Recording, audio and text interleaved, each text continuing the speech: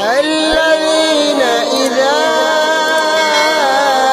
أصابتهم مصيبة. بسم الله الرحمن الرحيم. إن الذين آمنوا والذين هادوا والنصارى والصابئين من آمن بالله واليوم الآخر وعمل صالحا فلهم أجرهم عند ربهم ولا خوف عليهم ولا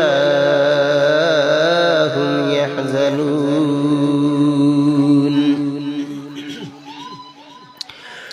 وإذ أخذنا ميثاقكم ورفعنا فوقكم الطور خذوا ما آتيناكم بقوة واذكروا ما فيه لعلكم تتقون ثم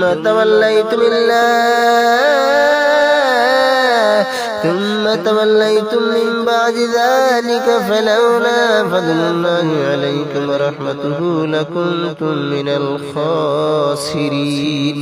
ولقد علمتم الذين اعتدوا منكم في السبت فقلنا لهم كونوا قردة خاسئين فجعلناها نكالا لما بين يديها وما خلفها موعظة للمتقين.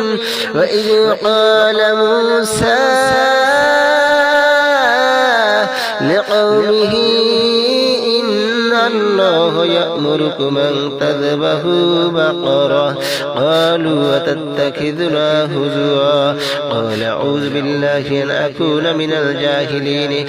قالوا ادع لنا ربك يبين لنا ما هي قال إنه يقول إنها بقرة لا فارد ولا بكر عوان بين ذلك فافعلوا ما تؤمرون. قالوا ادع لنا ربك يبين لنا ما لونها قال إنه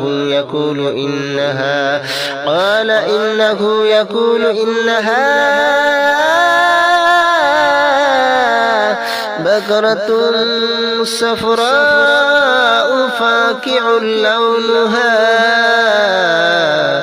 تسر الناظرين.